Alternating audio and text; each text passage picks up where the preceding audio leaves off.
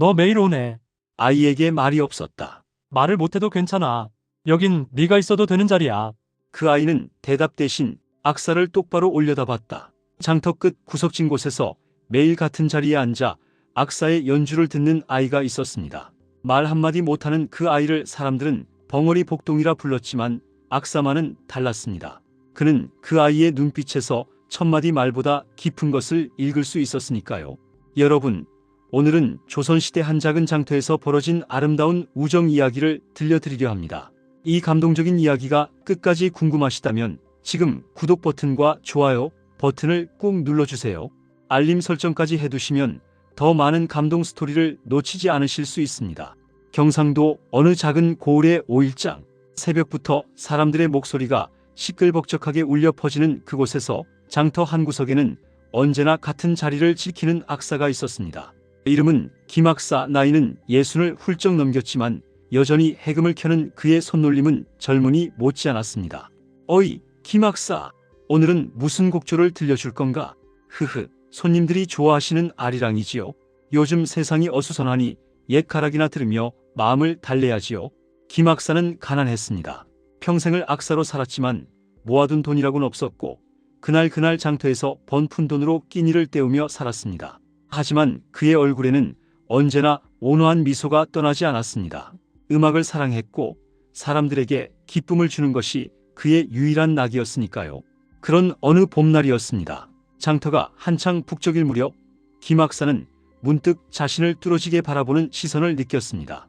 고개를 돌리자 장터 끝 구석진 곳에 한 아이가 앉아 있었습니다. 10살쯤 되어 보이는 그 아이는 남루한 옷을 걸치고 있었고 얼굴과 손발은 때로 새까맣게 물들어 있었습니다. 하지만 김악사의 시선을 사로잡은 것은 그 아이의 눈빛이었습니다. 맑고 순수한 마치 가을 하늘처럼 투명한 눈동자가 해금 소리에 완전히 빠져든 채 그를 바라보고 있었던 것입니다. 김악사는 그 아이에게 미소를 지어 보였습니다. 아이도 환하게 웃으며 고개를 까딱였습니다. 하지만 인사말 한마디 건네지 않았습니다. 장이 파할 무렵 김악사는 짐을 정리하다 문득 궁금해져 그 아이에게 다가갔습니다. 꼬마야, 어디서 왔니? 부모님은 어디 계시고? 아이는 김악사를 올려다보며 입을 벙긋거렸지만 소리는 나오지 않았습니다. 대신 손짓발짓으로 무언가를 표현하려 애썼습니다. 그때 지나가던 한 아낙이 말했습니다. 아이고, 그 아이 말 못하는 벙어리 복동이잖아요. 부모도 없고 혼자 떠돌아다니는 불쌍한 것이지요. 장터에 나오면 사람들이 주는 먹을 것으로 연명한답니다. 김악사의 가슴이 먹먹해졌습니다. 자신도 의지할 곳 없이 떠도는 신세였지만 이 어린아이는 말조차 하지 못하니 얼마나 힘들겠습니까? 복동아, 배고프지? 아이가 고개를 끄덕였습니다. 김악사는 주머니를 뒤져 겨우 남은 돈으로 떡 2개를 사서 아이에게 건넸습니다. 자, 먹어라. 그리고 음악이 좋으면 다음 장날에도 오너라. 아저씨가 좋은 곡조를 들려주마. 복동이는 눈물이 글썽한 눈으로 김악사를 바라보더니 깊게 절을 했습니다. 그리고는 떡을 소중히 품에 안고 종종 걸음으로 어디론가 사라졌습니다. 그날 밤 김악사는 허름한 움막에 누워 복동이를 생각했습니다. 참 신기한 아이로다. 말은 못해도 눈빛만으로도 모든 것을 표현하는구나. 음악을 들을 때의 그 눈빛이란 5날마다의 약속. 그 이후로 5일장이 서는 날이면 복동이는 어김없이 나타났습니다. 언제나 같은 자리, 장터 끝 구석진 곳에 앉아 김악사의 연주를 들었습니다. 비가 오나 눈이 오나 춥건 덥건 상관없이 복동이는 그 자리를 지켰습니다. 김악사도 복동이가 오는 것을 기다리게 되었습니다. 이상하게도 그 아이가 있으면 연주가 더 잘 되는 것 같았습니다. 복동이의 눈빛이 김악사에게 힘을 주었고 그의 손끝에서 흘러나오는 가락은 더욱 애절하고 아름다워졌습니다. 김악사, 오늘 연주가 유난히 좋은데 무슨 좋은 일이라도 있나? 허허, 좋은 일이야 늘 있지요. 이렇게 해가 뜨고 해금을 켤 수 있으니 그것만으로도 감사한 일이지요. 하지만 김악사는 속으로 생각했습니다. 복동이가 와서 그런가 보다. 저 아이의 눈빛을 보면 내 음악을 진정으로 이해하는 사람이 있다는 것을 느끼게 되니까. 어느 날 김악사는 복동이에게 다가가 물었습니다. 복동아, 너는 어디서 자니? 혹시 추운 곳에서 자는 건 아니겠지? 복동이는 손짓으로 산 쪽을 가리켰습니다. 그리고 동굴 모양을 손으로 그렸습니다. 산속 동굴에서 산다고? 그럼 겨울에는 얼마나 춥겠니? 김학사는 자신의 형편도 넉넉지 않았지만 다음 장날 낡은 이불 하나를 가져왔습니다. 이거 가져가거라. 많이 해지긴 했지만 그래도 없는 것보단 나을 게다. 복동이는 눈물을 뚝뚝 흘리며 절을 거듭했습니다. 그리고 며칠 후 장날, 복동이는 산에서 캔 나물 한 보따리를 김학사에게 가져왔습니다. 김학사는 웃으며 받았습니다. 고맙구나, 복동아. 아저씨가 저녁에 맛있게 먹겠다. 이렇게 둘 사이에는 말없는 교감이 시작되었습니다. 복동이는 말을 할 수 없었지만 김학사는 아이의 손짓, 눈빛, 표정만으로도 무슨 말을 하려는지 알 수 있었습니다. 계절이 바뀌어 여름이 되었습니다. 장터는 더위에 지친 사람들로 가득했고 김학사의 옷은 땀으로 흠뻑 젖어 있었습니다. 하지만 복동이를 보면 모든 고단함이 사라지는 것 같았습니다. 그런데 어느 날 이상한 일이 벌어졌습니다. 장이 한창일 무렵 한 양반이 김학사 앞에 섰습니다. 당신이 이 장터에서 해금을 켠다는 김학사요? 예, 그렇습니다만 소문을 들었소. 당신의 해금 솜씨가 일품이라더군. 우리 댁에서 잔치가 있으니 와서 연주를 해주시오. 이것은 큰 기회였습니다.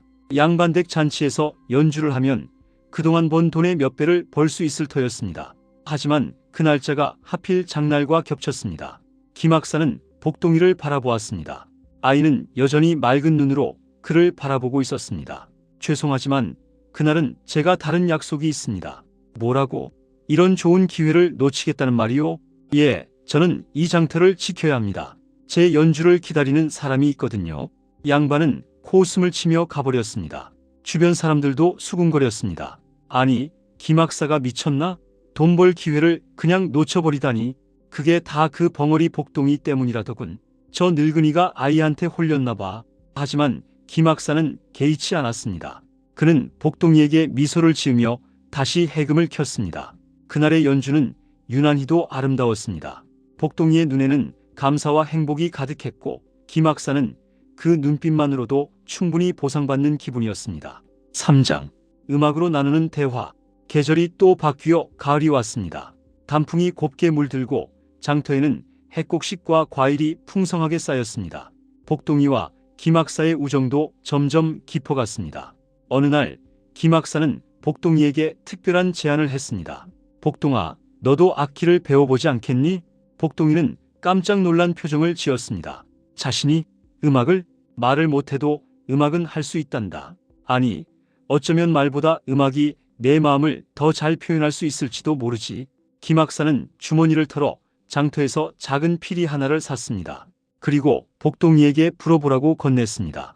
처음에는 삐걱거리는 소리만 났습니다. 하지만 복동이는 포기하지 않았습니다. 매 장날마다 김학사는 복동이에게 피리를 가르쳤고 복동이는 산속 동굴에서 밤낮으로 연습했습니다. 한 달이 지나자 복동이는 간단한 가락을 불 수 있게 되었습니다. 석 달이 지나자 제법 곡조를 이룰 수 있었습니다. 6개월이 지나자 김학사의 해금과 합주를 할 수 있을 정도가 되었습니다. 아이고, 저것 좀 보게. 벙어리 복동이가 피리를 부네. 신기하기도 하지. 말은 못해도 음악은 할 수 있다니. 사람들이 신기하게 여기며 구경을 했습니다. 어떤 이들은 돈을 던져주기도 했습니다. 복동이는 처음으로 자신도 다른 사람들에게 기쁨을 줄 수 있다는 것을 알게 되었습니다. 그런 어느 날 장터의 떠돌이 패거리가 나타났습니다. 험악하게 생긴 산의 셋이 장터를 휘젓고 다니며 장사꾼들을 괴롭혔습니다. 이봐, 자리세를 내놔야지. 우리 땅에서 장사하면서 돈을 안 낸다는 게 말이 되나? 무슨 자리세 말씀이십니까? 이 장터는 관에서 허가한 곳인데. 시끄러. 말대꾸하면 가만 안 둬. 사내들은 장사꾼들에게서 돈을 뜯어냈습니다. 그러다 김학사 앞에 섰습니다. 늙은이, 당신도 돈 좀 내놔. 저는 가진 게 없습니다. 오늘 번 돈도 겨우 끼니 한 끼 때울 정도밖에. 뭐? 없다고? 사내 중 하나가 김학사의 해금을 낚아채려 했습니다. 그 순간 복동이가 벌떡 일어나 김학사 앞을 가로막았습니다. 저리 비켜, 이 벙어리 새끼야. 사내가 복동이를 밀쳤습니다. 복동이는 땅바닥에 나동그라졌지만 다시 일어나 김학사의 해금을 꼭 껴안았습니다. 눈에는 눈물이 가득했지만 절대 놓지 않겠다는 의지가 가득한 표정이었습니다. 이 녀석이 정말. 사내가 주먹을 들어 올렸습니다. 그때였습니다. 거기까지. 포교가 달려왔습니다. 관에서 순찰을 돌던 중 소동을 듣고 온 것이었습니다. 사내들은 욕을 퍼부으며 도망쳤습니다. 김학사는 복동이를 일으켜 세우며 아이를 꼭 안아주었습니다. 고맙다, 복동아. 내가 지켜준 덕분에 이 늙은이의 목숨인 해금을 지켰구나. 복동이는 김학사의 품에서 한참을 울었습니다. 소리 없는 울음이었지만 그 눈물에는 사랑과 걱정이 가득했습니다. 그날 이후 사람들은 복동이를 다른 눈으로 보기 시작했습니다. 저 아이 말은 못해도 마음씨는 곱구나. 그래, 김학사를 진심으로 아끼나 봐. 계절은 다시 바뀌어 겨울이 찾아왔습니다. 눈이 내리는 날에도 장은 섰고 복동이와 김학사는 여전히 그 자리를 지켰습니다. 하지만 김학사의 건강이 눈에 띄게 나빠지기 시작했습니다. 기침이 잦아졌고 얼굴색도 좋지 않았습니다. 나이 든 몸으로 추운 겨울을 나기가 힘들었던 것입니다. 복동이는 걱정스러운 눈으로 김학사를 바라보았습니다. 그리고 손짓으로 쉬라고 따뜻한 곳에 가라고 말했습니다. 괜찮다, 복동아. 이 정도는 아무것도 아니야. 너를 보면 힘이 나는걸. 하지만 복동이는 안심할 수 없었습니다. 그날부터 복동이는 산에서 약초를 캐어 김학사에게 가져왔습니다. 또 나무를 주워 모아 김학사의 움막에 가져다 주었습니다. 김학사는 복동이의 정성에 감동했습니다. 이 늙은이가 무슨 복으로 너 같은 아이를 만났는지 모르겠구나. 어느 눈 내리는 날 김학사가 장터에 나오지 못했습니다. 복동이는 걱정이 되어 김학사의 움막을 찾아갔습니다. 움막 안에서 김학사는 열병으로 누워 있었습니다. 복동아, 미안하구나. 오늘은 장에 나가지 못했네. 복동이는 눈물을 흘리며 김학사의 이마를 만져보았습니다. 뜨거운 열이 느껴졌습니다. 복동이는 즉시 밖으로 뛰쳐나갔습니다. 마을 어귀에 의원이 살고 있다는 것을 복동이는 알고 있었습니다. 하지만 의원은 비싼 진찰료를 받는 것으로 유명했습니다. 복동이에게는 한 푼도 없었습니다. 복동이는 의원 집 앞에서 무릎을 꿇고 절을 했습니다. 수없이 절을 하며 손짓으로 애원했습니다. 뭐야, 이 벙어리 아이는 돈도 없으면서 의원을 부르려고.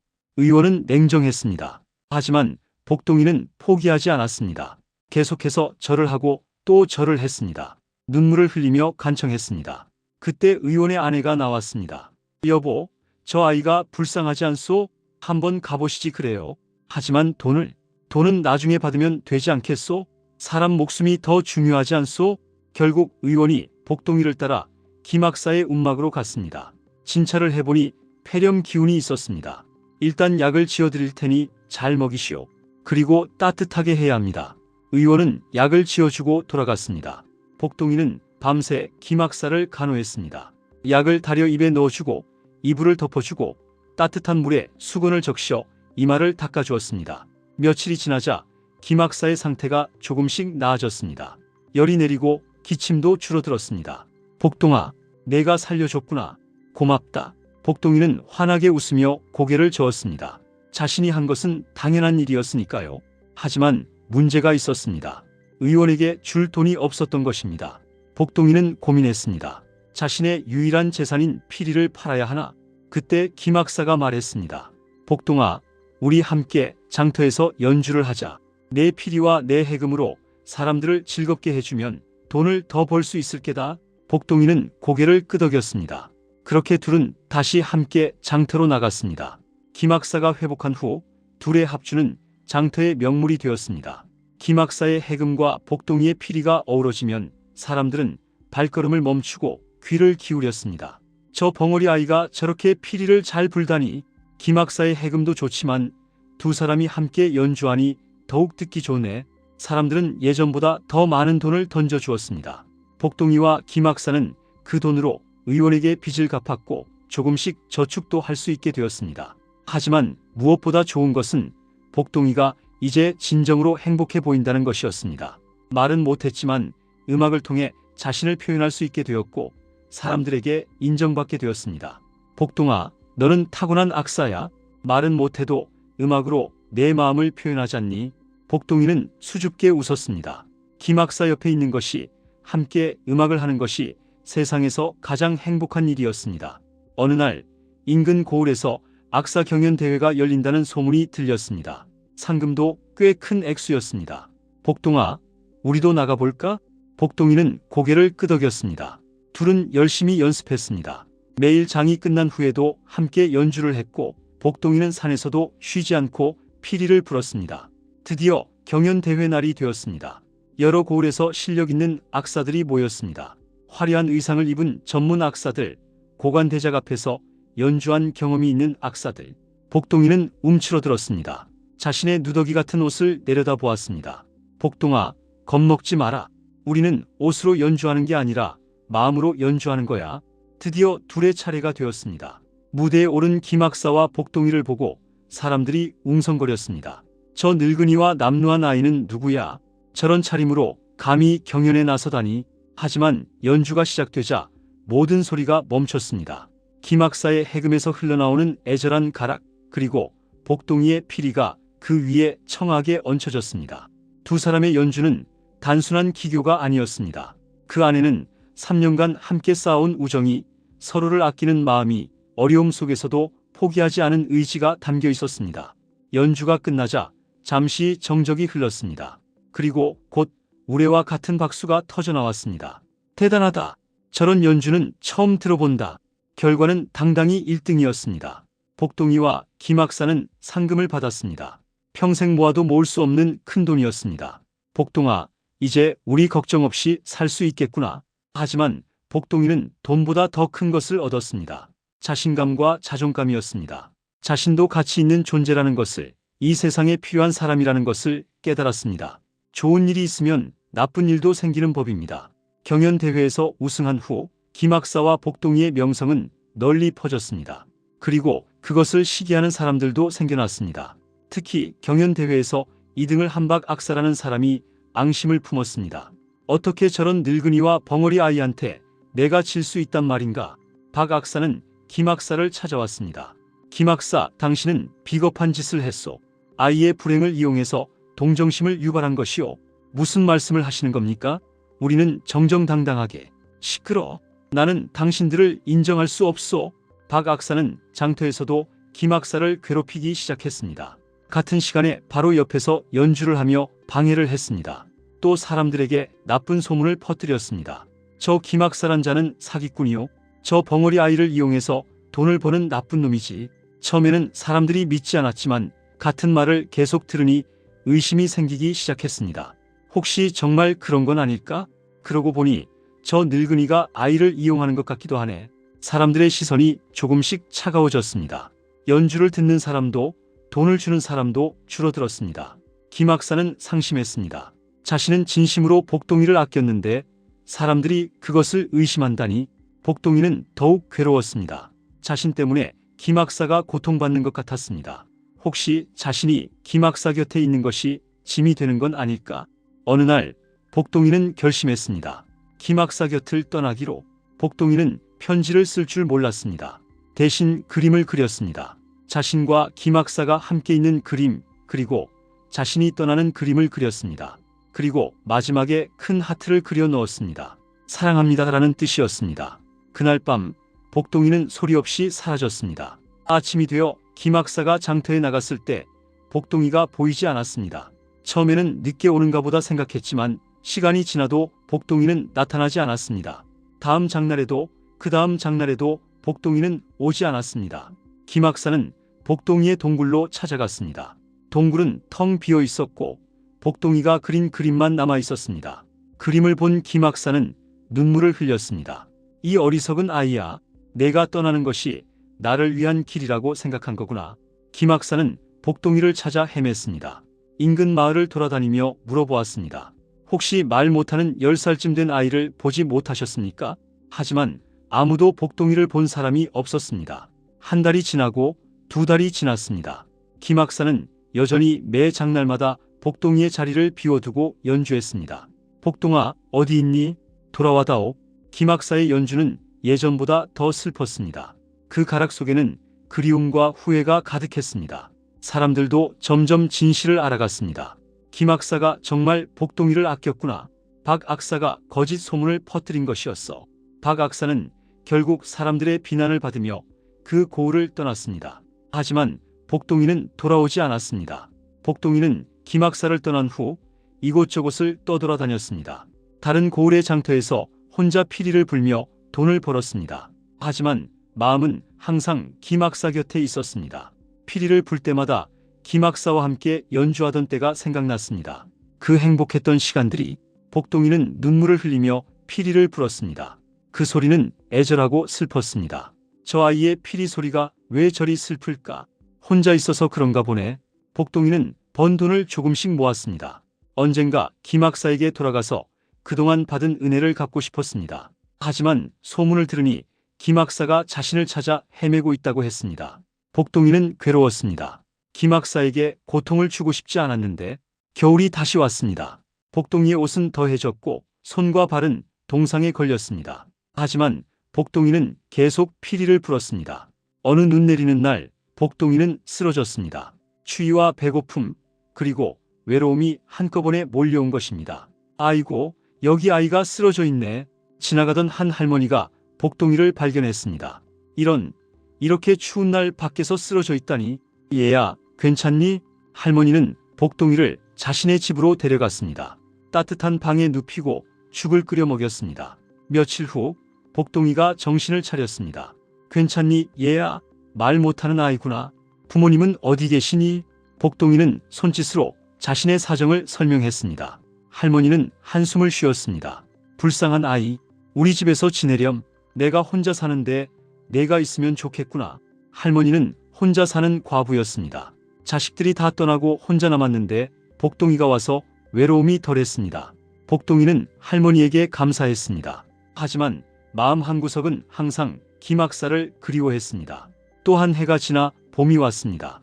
벌써 김학사와 헤어진 지 1년이 되어가고 있었습니다. 복동이는 할머니에게 손짓으로 말했습니다. 자신이 돌아가야 할 곳이 있다고, 만나야 할 사람이 있다고. 할머니는 알아들었습니다. 그래, 가거라. 내가 그리워하는 사람에게로 가렴. 하지만 가끔 할머니 생각도 해주렴. 복동이는 할머니에게 깊이 절을 했습니다. 그리고 그동안 모은 돈 중 절반을 할머니에게 드렸습니다. 할머니에게 받은 은혜를 갚는 마음이었습니다. 이런 돈이 어디 있니? 내가 힘들게 번 돈인데. 하지만 복동이는 고개를 저었습니다. 할머니 덕분에 살았으니 당연한 일이라는 표정이었습니다. 복동이는 다시 길을 떠났습니다. 김학사가 있는 장터로 자신의 집으로 돌아가는 길이었습니다. 산을 넘고 강을 건너 며칠을 걸어서 드디어 익숙한 장터가 보였습니다. 복동이의 가슴이 두근거렸습니다. 장터에 들어서자 저 멀리 김학사의 모습이 보였습니다. 예전보다 더 늙어 보였고 수척해 보였습니다. 김학사는 혼자 해금을 켜고 있었습니다. 하지만 그 소리는 예전과 달랐습니다. 슬픔과 그리움이 가득한 소리였습니다. 복동이는 천천히 김학사에게 다가갔습니다. 그리고 피리를 꺼내 들었습니다. 피리 소리가 들리자 김학사의 손이 멈췄습니다.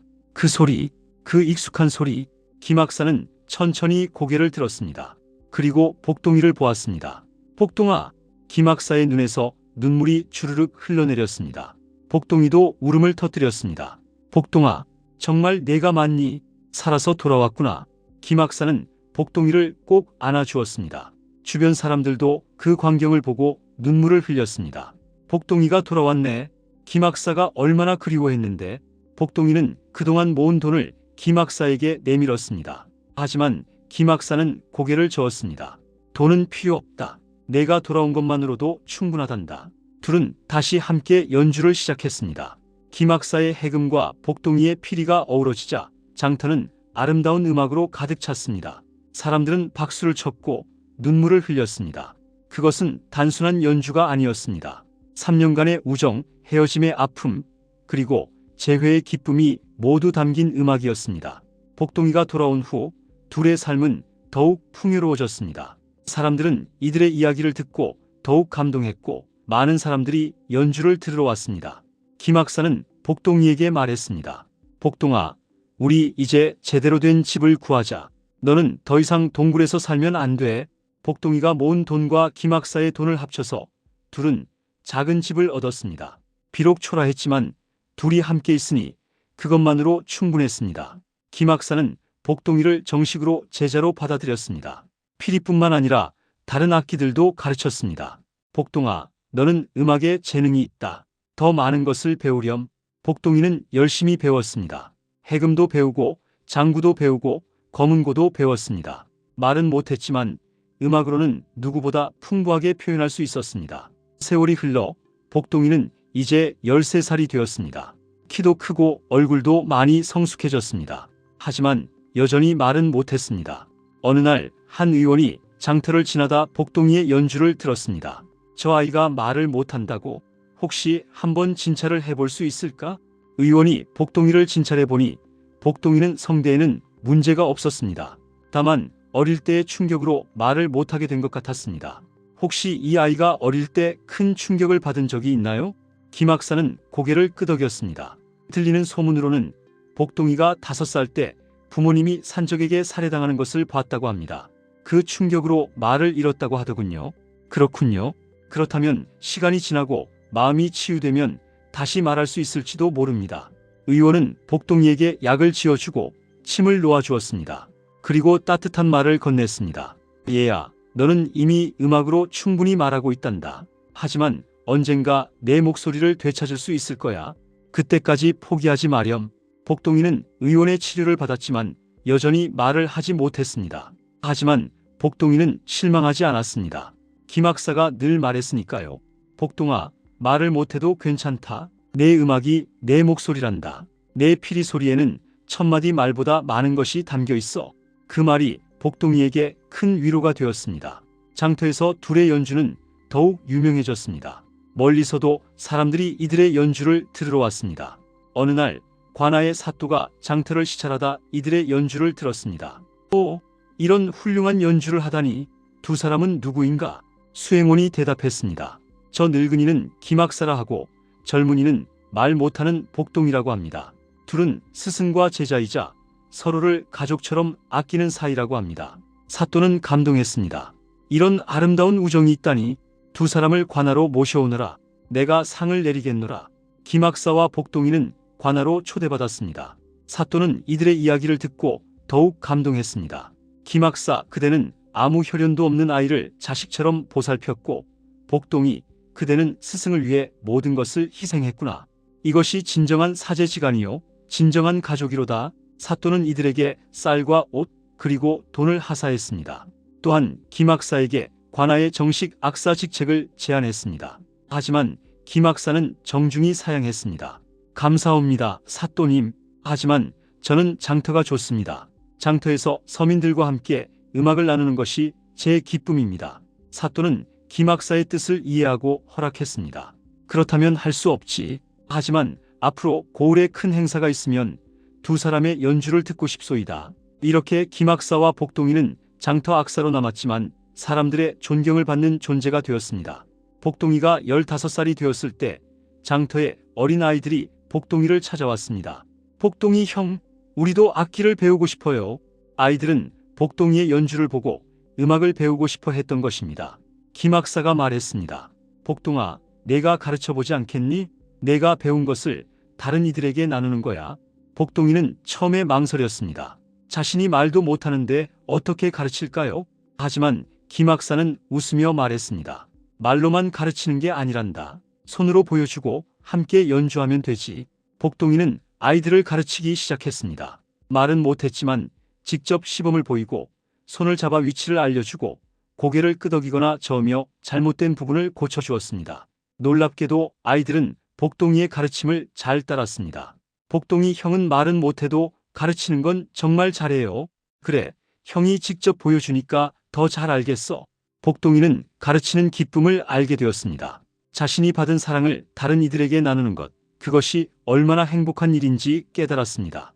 김학사는 흐뭇하게 그 모습을 지켜보았습니다. 복동아, 너는 이제 진정한 악사가 되었구나. 기술만 있는 게 아니라 남에게 음악을 나눠줄 줄 아는 악사 말이야. 계절이 바뀌고 세월이 흘렀습니다. 복동이가 가르친 아이들은 점점 늘어났고 작은 악단이 형성되었습니다. 장터에서는 이제 김학사와 복동이뿐만 아니라 어린 제자들의 연주도 들을 수 있었습니다. 사람들은 이것을 장터 음악단이라고 불렀습니다. 가난하지만 음악을 사랑하는 사람들이 모여 만든 음악단이었습니다. 세월은 흘러 김학사는 이제 70을 넘겼습니다. 몸이 예전 같지 않았고 연주를 할 때도 손이 떨렸습니다. 어느 가을날 김학사는 복동이를 불렀습니다. 복동이는 이제 20살의 청년이 되어 있었습니다. 복동아, 이 늙은이가 이제 얼마 남지 않은 것 같구나. 복동이는 고개를 세차게 저었습니다. 눈물이 주르륵 흘렀습니다. 울지 마라, 복동아. 사람은 누구나 가야 할 때가 있는 법이란다. 나는 내 덕분에 행복한 말년을 보냈어. 정말 고맙다. 김학사는 복동이의 손을 잡았습니다. 내게 마지막 소원이 하나 있다. 우리 둘이 마지막으로 함께 연주를 하자. 처음 만난 그 봄날처럼. 다음 장날 김학사와 복동이는 장터에 나갔습니다. 예전처럼 같은 자리에 앉았습니다. 김학사가 해금을 들었고 복동이가 피리를 들었습니다. 연주가 시작되었습니다. 김학사의 해금 소리는 떨렸지만 그 안에는 평생의 애환과 사랑이 담겨 있었습니다. 복동이의 피리는 그것을 받쳐주며 아름다운 화음을 만들어냈습니다. 장터의 모든 사람들이 멈춰 섰습니다. 장사를 하던 사람도 물건을 사던 사람도 모두 연주를 들었습니다. 연주가 끝나자 모두 눈물을 흘리며 박수를 쳤습니다. 그것은 작별의 연주라는 것을 모두가 느꼈습니다. 그날 밤 김학사는 복동이에게 자신의 해금을 건넸습니다. 이제 이것은 내 것이다. 내 뜻을 이어 계속 음악을 하거라. 복동이는 울면서 고개를 저었습니다. 받을 수 없다는 표정이었습니다. 받아라, 복동아. 이것은 단순한 악기가 아니라 우리의 우정의 징표란다. 그리고 김학사는 복동이의 손을 꼭 잡았습니다. 너는 내 제자이자 내 아들이나 다름없다. 너무 사랑한다, 복동아. 복동이는 김학사를 꼭 껴안고 한참을 울었습니다. 며칠 후 김학사는 조용히 눈을 감았습니다. 복동이가 곁을 지키는 가운데 평온한 얼굴로 세상을 떠났습니다. 장터의 모든 사람들이 김학사의 장례에 참석했습니다. 가난한 악사였지만 그는 많은 사람들에게 사랑받았습니다. 복동이는 김학사의 무덤 앞에서 피리를 불었습니다. 슬픈 곡조였지만 그 안에는 감사와 사랑이 가득했습니다. 장례가 끝난 후 사람들이 복동이에게 물었습니다. 복동아, 이제 어떻게 할 거니? 장터를 떠날 거니? 복동이는 고개를 저었습니다.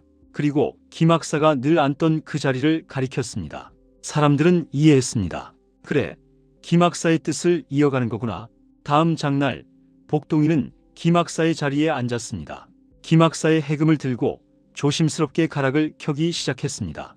처음에는 서툴렀습니다. 하지만 점점 익숙해졌고 김학사의 가락이 다시 장터에 울려 퍼지기 시작했습니다. 사람들은 눈물을 흘리며 들었습니다. 김학사의 음악이 복동이를 통해 살아있구나.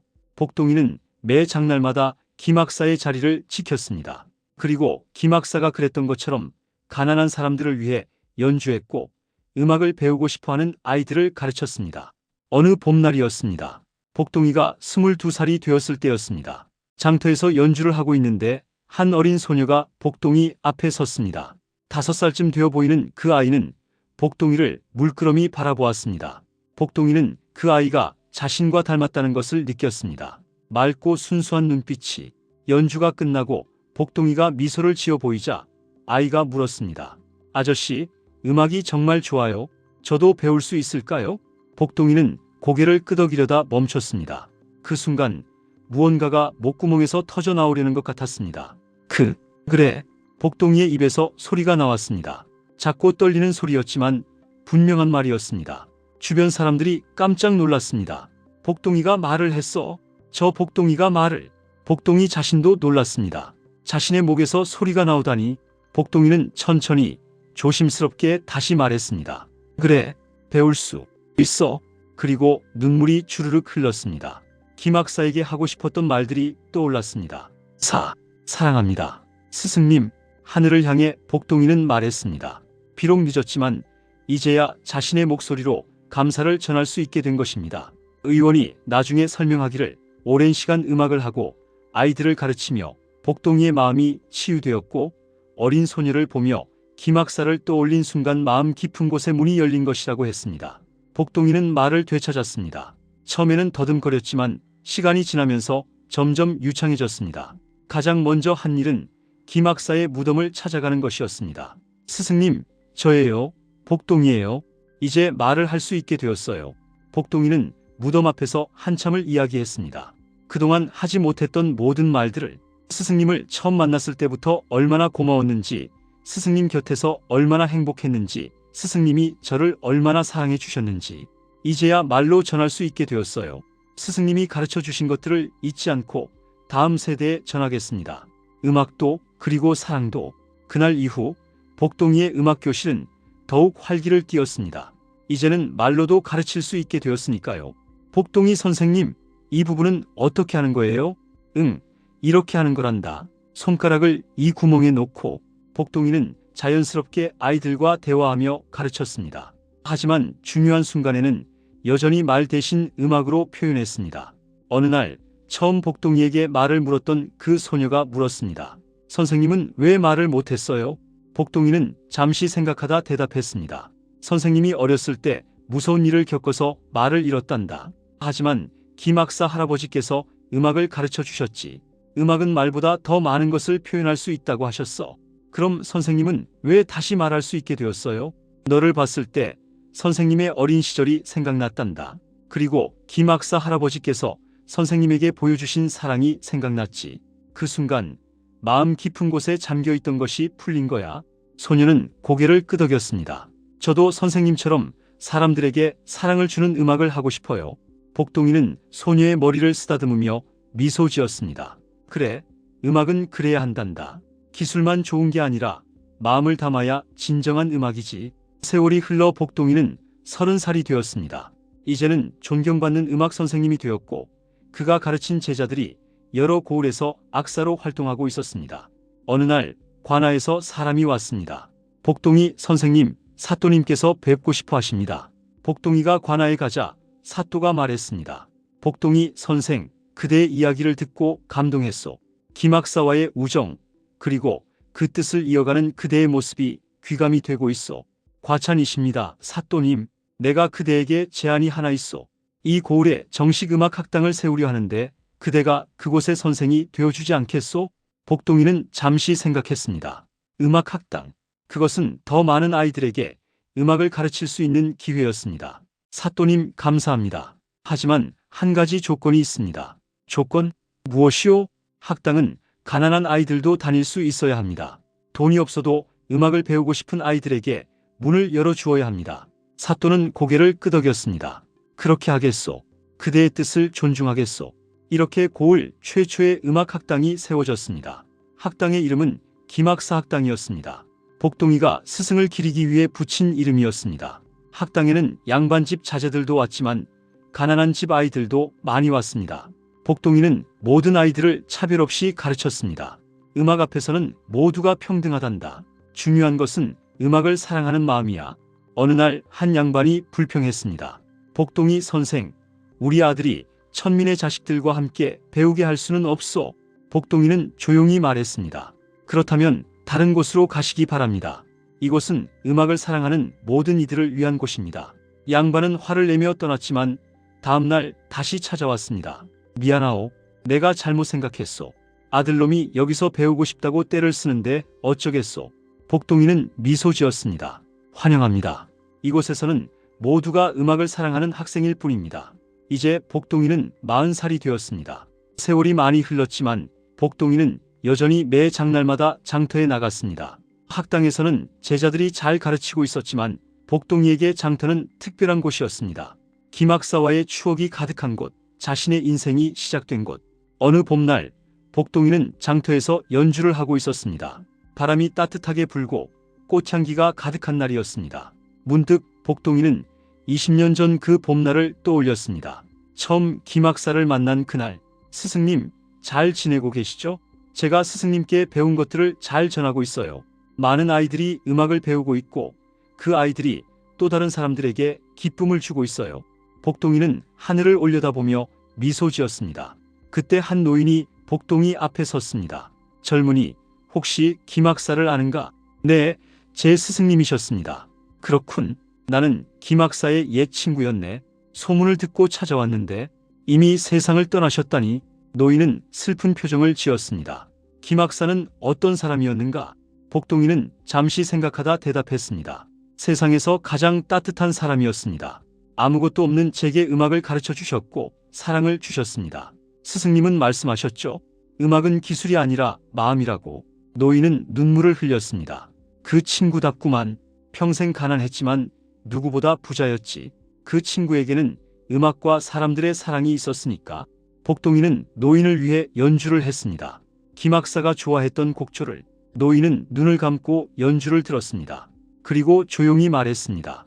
김학사의 음악이 자네를 통해 계속되고 있구만. 자네는 훌륭한 제자야.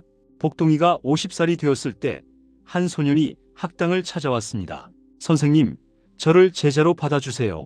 복동이가 소년을 보니 옷이 누더기고 얼굴이 때로 물들어 있었습니다. 자신의 어린 시절과 똑같았습니다. 이름이 뭐니? 석동이라고 합니다. 부모님은 어디 계시니? 소년은 고개를 숙였습니다. 없습니다. 혼자 떠돌고 있습니다. 복동이는 소년을 꼭 안아주었습니다. 자신의 모습을 보는 것 같았습니다. 걱정 마라. 이제부터 이곳이 내 집이고 내가 내 스승이다. 복동이는 석동이를 받아들였습니다. 그리고 김학사가 자신에게 그랬던 것처럼 석동이를 아들처럼 돌보았습니다. 석동이는 열심히 배웠습니다. 복동이는 석동이에게 음악뿐만 아니라 삶의 지혜도 가르쳤습니다. 석동아, 음악은 단순히 소리를 만드는 것이 아니란다.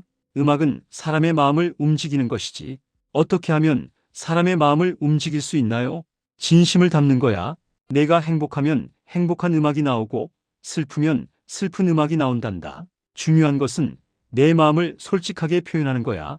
석동이는 고개를 끄덕였습니다. 선생님, 저도 선생님처럼 훌륭한 악사가 될 수 있을까요? 물론이지. 하지만 기억해라. 훌륭한 악사란 기술이 뛰어난 사람이 아니라 음악으로 사람들에게 기쁨을 주는 사람이란다. 세월이 흘러 석동이는 뛰어난 악사가 되었습니다. 복동이는 자신이 김학사에게 받은 사랑을 석동이에게 전했고 석동이는 그것을 또 다른 사람들에게 전했습니다. 복동이가 60살이 되었을 때 학당에서 큰 공연이 열렸습니다. 복동이와 그의 제자들 그리고 제자의 제자들이 모두 모여 연주를 하는 자리였습니다. 수백 명의 사람들이 모였습니다. 관아의 사또도 왔고 인근 고을에서도 사람들이 왔습니다. 공연이 시작되기 전 복동이는 무대에 올라 말했습니다. 오늘 이 자리는 제 스승이신 김학사를 기리기 위한 자리입니다. 40년 전 제가 말도 못하고 의지할 곳도 없던 소년이었을 때 스승님께서는 저를 받아주셨습니다. 스승님은 저에게 음악을 가르쳐 주셨을 뿐만 아니라 삶을 살아가는 방법을 가르쳐 주셨습니다. 음악은 기술이 아니라 마음이라고, 사람을 사랑하는 것이 가장 아름다운 음악이라고 말씀하셨습니다. 오늘 이 공연의 모든 수익금은 가난한 아이들이 음악을 배울 수 있도록 장학금으로 사용될 것입니다. 이것이 스승님의 뜻을 이어가는 길이라고 생각합니다. 사람들이 박수를 쳤습니다. 공연이 시작되었습니다. 복동이는 김학사의 해금을 들었습니다. 40년 전 그 해금, 첫 곡은 복동이와 김학사가 처음 함께 연주했던 곡이었습니다. 복동이의 해금에서 애절한 가락이 흘러나왔고 제자들의 필이, 검은고, 장구가 어우러졌습니다. 음악이 흐르는 동안 복동이는 눈을 감고 상상했습니다. 김학사가 옆에 앉아 함께 연주하는 모습을. 스승님, 보고 계시죠? 제가 스승님의 뜻을 이어가고 있어요. 스승님께서 저에게 주신 사랑을 이 아이들에게 전하고 있어요. 공연이 끝나자 우레와 같은 박수가 터져나왔습니다. 많은 사람들이 눈물을 흘리고 있었습니다. 공연 후 한 노인이 복동이에게 다가왔습니다. 선생님, 저는 40년 전 장터에서 선생님의 연주를 본 적이 있습니다. 그때 저도 어린 소년이었는데 김학사와 선생님의 연주를 보며 큰 감동을 받았죠. 그런 일이 있었군요. 그 감동이 제 인생을 바꿨습니다. 저도 음악을 배웠고 이제는 제 자식들에게 가르치고 있습니다. 선생님과 김학사 덕분입니다. 복동이는 그제야 깨달았습니다. 자신과 김학사의 음악이, 그들의 우정이 얼마나 많은 사람들에게 영향을 주었는지. 그날 밤 복동이는 김학사의 무덤을 찾아갔습니다. 스승님, 이제야 알겠습니다. 스승님께서 왜 장터를 떠나지 않으셨는지, 돈이나 명예보다 더 소중한 것이 있다는 것을 가르쳐 주시려 했던 거죠. 스승님께서 저에게 주신 사랑은 이제 수백 명의 제자들에게 전해졌고 그들은 또 다른 사람들에게 전하고 있습니다. 이것이 진정한 유산이라는 것을 이제야 깨달았습니다. 봄바람이 불어와 복동이의 머리카락을 스쳤습니다. 마치 김학사가 머리를 쓰다듬어 주는 것 같았습니다. 복동이는 미소 지으며 무덤 앞에서 해금을 켰습니다. 김학사와 처음 만난 그 봄날의 곡조를. 음악은 바람을 타고 멀리 멀리 퍼져나갔습니다. 그것은 단순한 음악이 아니었습니다. 40년간 이어진 스승과 제자의 우정, 사랑, 그리고 희망의 노래였습니다. 그리고 그 음악은 지금도, 앞으로도 계속해서 사람들의 마음에 울려 퍼질 것입니다. 복동이가 70살이 되었을 때 어느 봄날 장터에 나갔습니다. 예전처럼 김학사의 자리에 앉아 해금을 켰습니다. 그때 한 어린 소녀가 다가왔습니다. 할아버지, 음악이 정말 좋아요. 복동이는 소녀를 보며 미소 지었습니다. 60년 전 자신의 모습이 보였습니다. 음악이 좋니? 네, 저도 배우고 싶어요. 복동이는 소녀의 머리를 쓰다듬으며 말했습니다. 그래, 배워보렴. 음악은 참 좋은 거란다. 음악은 말로 표현할 수 없는 것들을 표현해주고 사람과 사람을 이어주거든. 할아버지도 음악을 배우셨어요? 응, 아주 오래전에 김학사라는 훌륭한 스승님께 배웠단다. 그분은 어떤 분이셨어요? 복동이는 하늘을 올려다보며 말했습니다. 세상에서 가장 따뜻한 분이었지. 아무것도 없는 나에게 음악을 가르쳐 주셨고 삶의 의미를 알려주셨어. 그분 덕분에 나는 행복한 인생을 살 수 있었단다. 소녀는 고개를 끄덕였습니다. 복동이는 해금을 들어 연주를 시작했습니다. 60년 전 김학사가 연주했던 그 곡조를 음악은 봄바람을 타고 흘러갔습니다. 그 안에는 60년간의 추억이, 변치 않는 우정이, 그리고 계속 이어질 사랑이 담겨 있었습니다. 장터의 사람들은 멈춰서서 음악을 들었습니다. 그리고 모두 느꼈습니다. 이것은 단순한 음악이 아니라 한 사람이 다른 사람에게 준 사랑의 이야기라는 것을, 그리고 그 사랑은 지금도 이 순간에도 계속되고 있다는 것을. 교훈, 이 이야기는 우리에게 말합니다. 진정한 우정은 말이 필요 없습니다. 마음과 마음으로 통하는 것입니다. 가장 큰 유산은 돈이나 명예가 아니라 다음 세대에 전하는 사랑과 가르침입니다. 장애나 어려움이 있어도 포기하지 않으면 새로운 길을 찾을 수 있습니다. 가장 아름다운 음악은 기술이 아니라 마음에서 나옵니다. 받은 사랑을 다른 사람에게 전할 때 그 사랑은 영원히 계속됩니다.